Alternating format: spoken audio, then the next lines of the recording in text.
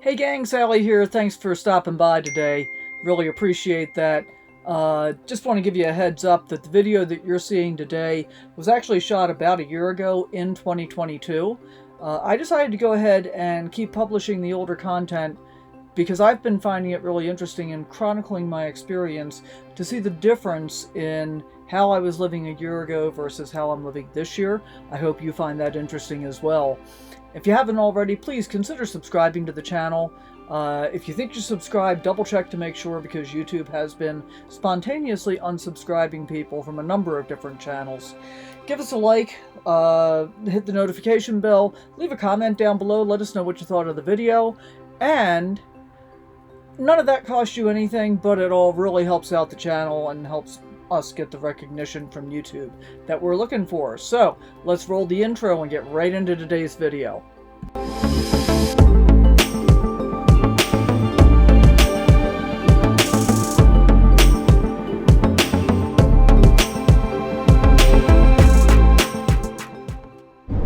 Well, how pretty is this? We are looking at some forsythia in bloom. It's nice and green. We're up here in Northern California. I think I'm still in Sonoma County, but I'm not 100% sure. And heading for Corning to get some fuel and water, which I forgot to take care of this morning, and then to Red Bluff, where I've got a BLM place I want to check out for a couple of nights. Hopefully the bug splats aren't so bad that that's all you're able to see in focus. I guess I'll check footage tonight. Well, we're starting to get into some mountains here. It certainly is pretty. I'm on, can't remember what the name of the road is. Oh, I think it's River Road actually. Yeah, I think that's what it is. And although it probably changed name. And in a little bit I'm turning left on Petrified Forest Road in about 1.25 miles. There was a sign back by the freeway exit when I got off that said Petrified Forest historical marker 10 miles. So I think I want to stop and check and see what that's all about. It'd be cool if there was a petrified forest left to see, but I'm guessing not. Got flowers alongside the edge of the road. It's shady, it's pretty. It's a narrow road with a low speed limit and tighter turns.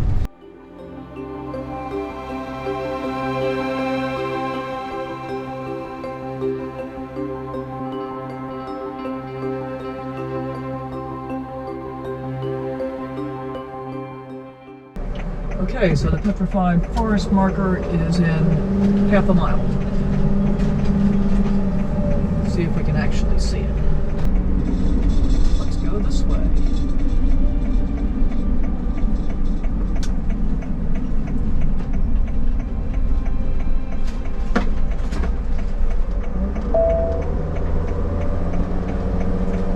Petrified Forest Road, huh?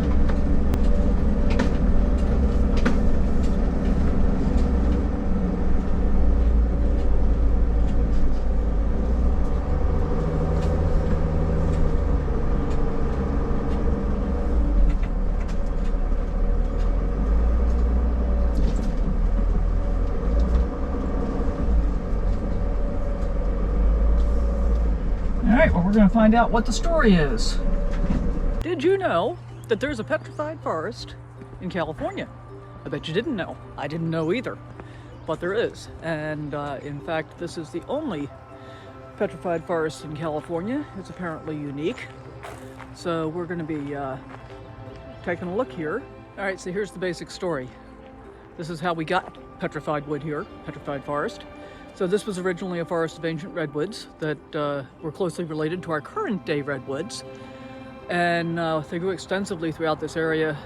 About 3.4 million years ago, a volcanic blast originating from the location of present-day Mt St Helena sent a huge plume of superheated silica-rich ash across the landscape, rapidly burying this once serene forest. And then, over thousands of years, the silica-rich solution was formed as water seeped down through the ash deposits.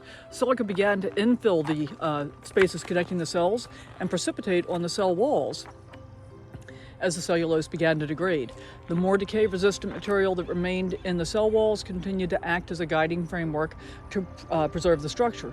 As the process continued, the silica was eventually deposited in the cell cavities in the voids created by the wood degradation and shrinkage. The process permanently it's like fossil preservation. So scientists can study the structure and so forth. And I'm trying to get you a picture. Yeah, there we go. We got this guy right here. This is the first stump we're seeing, so let's go take a walk up the trail. It's about a mile. We'll see how long this really takes. So on the one hand, what's really cool is that this is a landmark, like California landmark, I think. And on the other hand, it's also a tourist trap. So it cost me $11 to get in here. That's the senior rate. It's $12 for adults who don't qualify, 62 or older, and you can guess how old. How about that? Or not. And young and less for kids. But it seems to be attracting quite a lot of attention.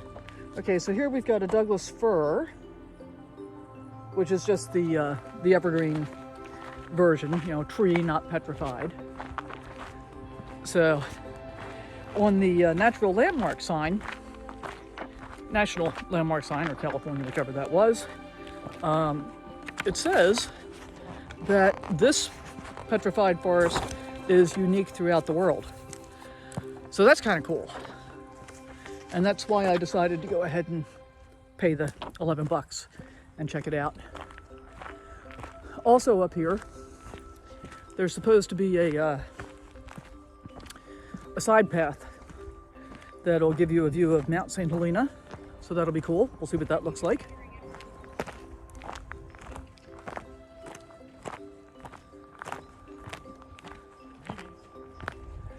Alrighty, let's see what we got here. This specimen is unusual because it is the only petrified pine tree found in the forest 43 feet in length, 2 feet in diameter. So,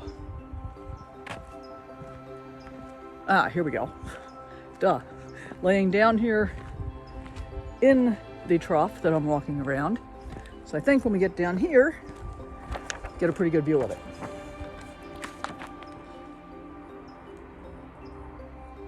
Yeah. So that dips all the way down into what now has a shallow well of water down at the bottom. So cool. Oh, and this is a one-way path. I thought it went all the way around. So they're identifying the different trees and stuff that are actually growing here. We just passed a manzanita. Okay, so this white rock that I thought was maybe poured here, like concrete, is actually volcanic ash composed of sparkling glass shards and fine particles of volcanic dust carried down by water through the ash toward the buried forest. Orange streaks and clusters present are concretions of iron. Oh yeah, I remember that from a geology course I took, I don't know, I think about 20 years ago on a whim, because I really like geology. So that's cool. You can kind of see that pathway back behind me where we just walked through. So the forest was first discovered by Petrified Charlie in 1870. And coming up here, we're going to see some petrified wood pieces as they would have looked when he discovered them. Yeah, in its natural state. Well, duh. That just seems kind of obvious to me. But you can see some of it behind. It's pretty cool. And this definitely, you know, looks very different to me from the Petrified Forest in Arizona, where I've been several times. Now I'm going to have to pull up some pictures and see if it really does look different or if that's just my imagination. We'll see. We're going to go ahead up on the meadow trail. That's going to be up here, because I kind of want to see what it looks like to be able to see the ash flow in Mt St Helena.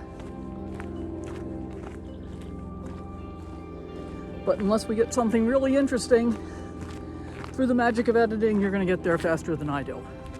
This said steep trail, I'm glad it's not too steep, at least so far. Well, steep enough that a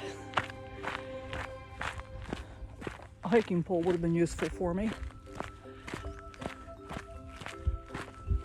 I've been trying to be really careful about that to not injure my knee. Here's some folks coming back. Is it worth the detour? Oh, sure, yeah. All right, perfect. I did a walk in a redwood forest yesterday that was absolutely beautiful. Took a few pictures of that. I don't think I shot any video though. And just so you know, I have wireless mics on order. Hopefully they'll show up soon. And then my sound issues will be abated. I almost decided not to do the detour here, between the cost and even more importantly the time. I was a little late getting on the road this morning,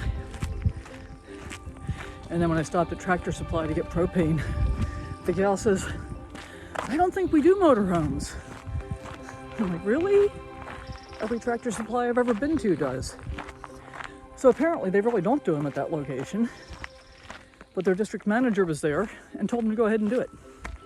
So it was better than having to go look for another place by far. You probably can't really tell, but this is uphill quite a bit. All right, so check it out. Right back, see if I can point, right back there is Mt St Helena. Pretty cool. I guess that was the cause of all this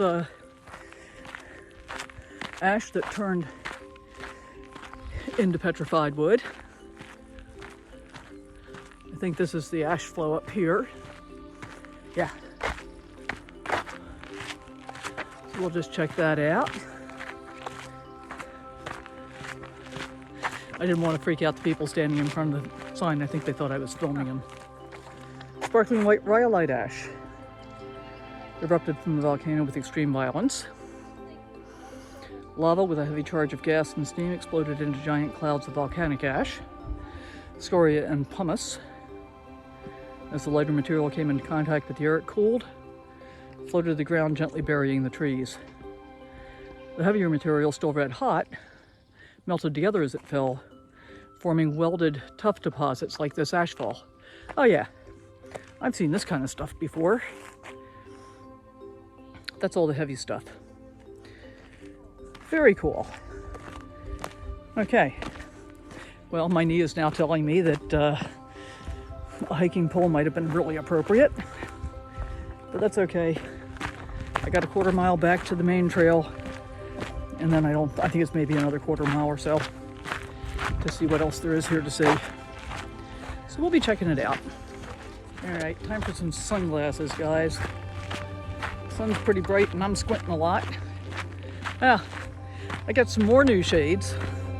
These are from the sporting goods department at Walmart for $9.95 or whatever. Because when I was in Mexico, I think that was last month, I spent $20 on fake Ray-Bans, dropped them on the floor, the frame broke, the lens broke. It's like, okay, I knew they were fake, but still. And it's a shame because they were super comfortable, actually. These aren't bad. I think these are the same as the ones that I had before, and I'd had those for like at least 1.5 years or 2 years. But they'd loosened up enough that they didn't fit all that well anymore. And by the way, let's talk sunglasses for a moment. If you are not wearing sunglasses regularly when you're outside, you should be. And I don't care what your age is, but here's the thing. Too much sun exposure causes a lot of damage to your eyes, and apparently part of that is accelerating the effects of cataracts. Now, some people think that's a good thing because they want to get the cataract surgery over and not have to wear glasses to read it, to see for distance anymore. Most people still have to wear them for reading. I do. But on the other hand, you're doing some damage to your eyes. Not the most brilliant thing in the world. And my ophthalmologist has been really clear about having me wear sunglasses like all the time regardless, which as you can see I'm not 100% on with. But I also have glaucoma and don't want to exacerbate that situation at all. So, there you go. There's your medical tip of the day. We came from way back there where you can just see the trail going up the top of the hill. It actually goes around quite a bit further from there. Heading back to the main trail, which I think is only another minute or so away. And then we'll see what else we have. Now, look. There's a petrified log. That's cool. I used to have some pretty good sized chunks of petrified wood. Not anymore. Among the many things that have been downsized in my life. I think I downsized those before I sold the big house a couple years ago. And I had to downsize a whole lot more when I decided to turn the current house into a short-term rental, vacation rental. And I had the brilliant realization yesterday that much of what I had put into storage in the house to make it ready for the rental is not stuff that I need in my life anymore. Go figure. So when I next get back to Tehachapi, I'll have a bunch more stuff to get rid of. Okay. These coastal redwoods fell like matchsticks in the direction of the flow from the volcanic explosion. The source of the blast came from behind the present-day Mt St Helena, or Helena, whichever way that is, 7 miles to the northeast. A blanket of volcanic ash covered these trees for several million years. The ground during this time became saturated with water containing dissolved silicon and oxygen, or silica, from the overlaying ash, and the molecules of silica replaced the molecules of the wood, turning the wood to solid silica, quartz, and stone, which I think is very, very cool.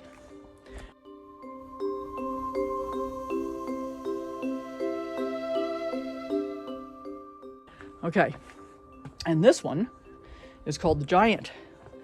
60 feet long, 6 feet wide. Trying to get it in the picture for you. Yeah, there we go. Might have to do it from the other side too. On many of the petrified trees, you see parallel breaks along the trunk.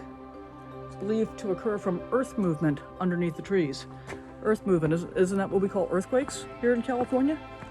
Huh, I got no idea. All right, we're gonna go down here carefully because it's very uneven. And we're gonna take a look at this guy again. 60 feet long, 6 feet wide, 6 feet in diameter. I read the sign. All right, so there we go, guys. Oh, look, here's another good sized one over here. Okay, I was despairing of actually seeing petrified trees. I just stepped on one. That's cool. Oh, and look here. There's some.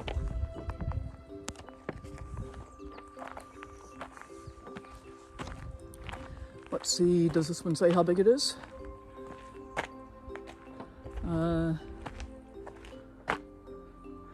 Petrified Charlie was a Swedish homesteader who discovered the Petrified Forest in 1870. Here we go, this is the queen. I think that last one we just looked at was the king, the big one. This is 65 feet. Can't read the sign. Diameter is 8 feet. Well, if it's bigger, why is it the queen instead of the king? Well, I can guess. Give me your opinion in the comments down below. See what you think about king versus queen, size, all that stuff. Check it out. Pretty cool. All right, moving right along. I'm trying to do this relatively quickly too because I'm kind of making this a bit of exercise, which is also why I'm breathing kind of hard.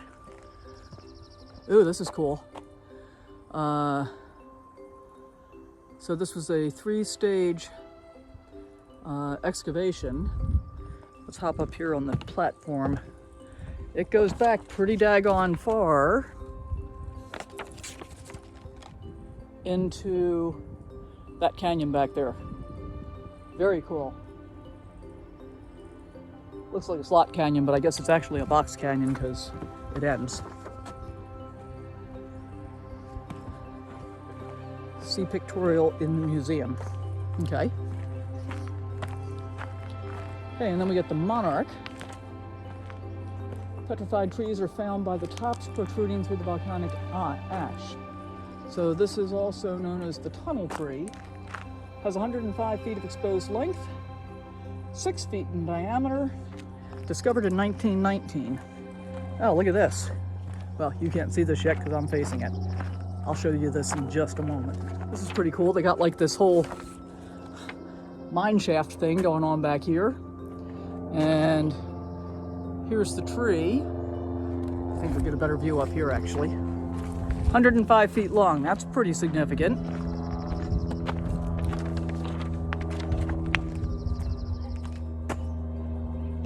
Right here, very cool.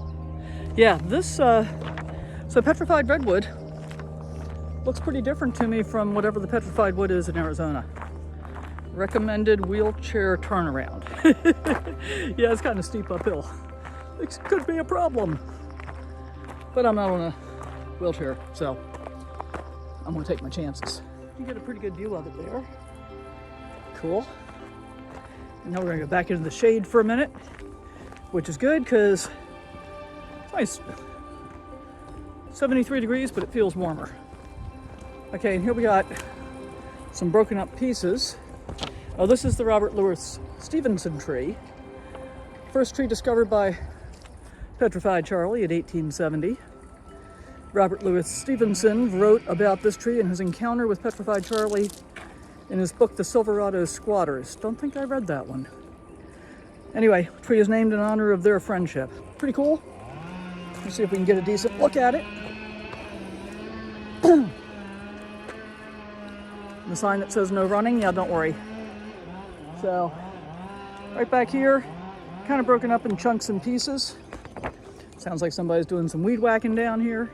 We got a plaque here to commemorate the discovery of the Petrified Forest by Petrified Charlie, the meeting with Robert Louis Stevenson, immortalized in the book Silverado Squatters, all those others whose lives were devoted to developing and preserving this forest. Erected by Jeanette and Charles M. Hawthorne in 1953, 58, or 59, can't tell which. But we've got some more petrified wood back here behind us. Petrified tree pieces. Very cool. Several signs exhorting us not to run. Don't need to worry about that from me. My knee can't run more than ever. Every time I try and take even a couple of steps running, it kind of buckles. So I'm doing my best not to put too much stress on it overall, because with all of the 10X training I've been doing, I've actually built quite a bit of strength in my legs that was missing previously. And I'm also using a bunch of collagen frequently to help to restore the cushioning in the joints, and that does seem to be helping quite a bit. If you want to shop for collagen, you're looking for bovine, and you want to make sure you get one that's grass-fed or organic or both, and lists like a whole bunch of amino acids that are included. There are some that have a bunch of extra additives. You don't want those, they're not good for anything. And if it only has like 6 or 8 amino acids, that's not enough. I think you're looking for like 15 or 16 if I remember correctly.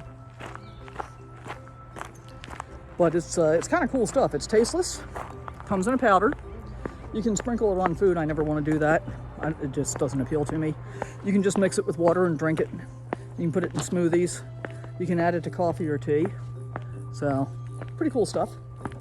All right, that concludes our tour of the Petrified Forest. So we're going to go ahead and exit here. Over here, guys. Over here, guys.